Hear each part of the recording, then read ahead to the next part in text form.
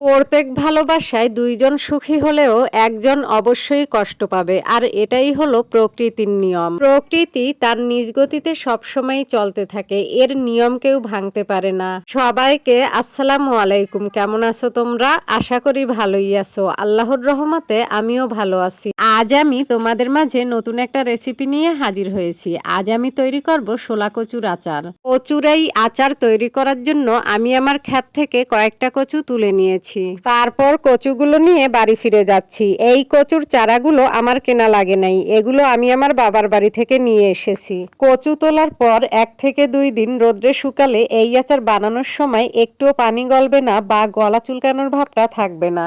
আর আমি তো কড়া রোদে পুরা একদিন কচুগুলো শুকাতে দিয়েছিলাম। কচুগুলো শুকানো হয়ে গেলে কচুগুলো কেটে নিচ্ছি এবং কচু থেকে চারা বের করে নিচ্ছি। তারপর এর উপর থেকে খোসা ছাড়িয়ে নিচ্ছি। কচুর একটা বিশেষ গুণ হলো, যদি কচু একবার লাগানো হয় তাহলে এর যত্ন পরিচর্যা করলে দ্বিতীয়বার আর লাগানো লাগে না, কারণ কচুর লতি থেকে প্রচুর পরিমাণে চারা জন্মায়। কচু থেকে এমন ভাবে খোসা ছাড়াতে হবে যাতে কচুর গায়ে কচুরাশ একটু লেগে না থাকে।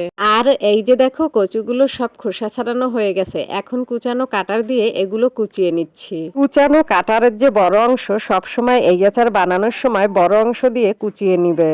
বড় অংশ দিয়ে কুচিয়ে নিলে আচার বানানোর সময় দলা পেকে যাবে না, তাই সব সময় বড় অংশ দিয়েই কুচিয়ে নিব।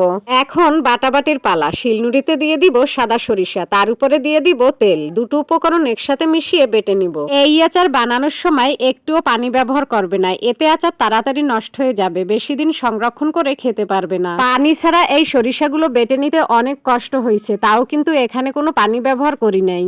যতটা সম্ভব তোমরাও এই আচারে পানি ব্যবহার করবে না। তারপর কুচিয়ে রাখা কচুর ভিতরে দিয়ে দিব কয়েকটা রসুনের কোয়া, নুন, হলুদ এবং মরিচের গুঁড়া। এখন বেটে রাখা সরিষার ভিতরে তেল দিয়ে ভালোভাবে মেখে নিব। মাখানো সরিষাগুলো কচুর ভিতরে দিয়ে সব উপকরণ একসাথে মাখিয়ে নিব।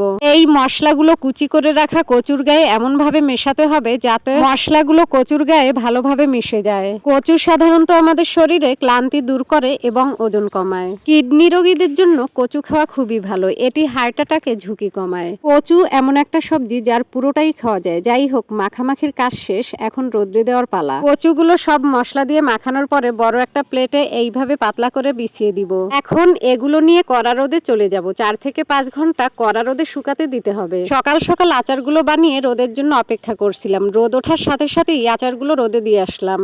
আচারগুলো আমি আবারও ভালোভাবে মেলে দিচ্ছি, আর আচারের যে সুঘ্রাণ বের হচ্ছে তা তোমাদের বলে বুঝাতে পারবো না। রোদে দেওয়া হয়ে গেলে বাড়ি ফিরে যাচ্ছি। তারপর 5 ঘন্টা পর আবারও আচারের কাছে ফিরে এলাম। রোদ্রের তাপে আচারের কালার পুরো পরিবর্তন হয়ে গেছে। তারপর আচার নিয়ে বাড়ি ফিরে যাচ্ছি। কচুর এই আচার আগে কখনো খাইনি, এই প্রথম বানাচ্ছি আর এই প্রথমই খাবো। মনে মনে হাঁটছি আর চিন্তা করছি কখন কচুর আচার বানানো হবে আর কখন খাবো। তো আচার নিয়ে বাড়ি ফিরে চলে এলাম। এখন একটা কাচের বয়ামে অর্ধেক পরিমাণে আচার রেখে তার ভিতরে দিয়ে দিব সরিষার তেল। বাকি অর্ধেক আচার এর উপরে দিয়ে তার উপরে ভেজে রাখা শুকনো লঙ্কা দিয়ে দিব।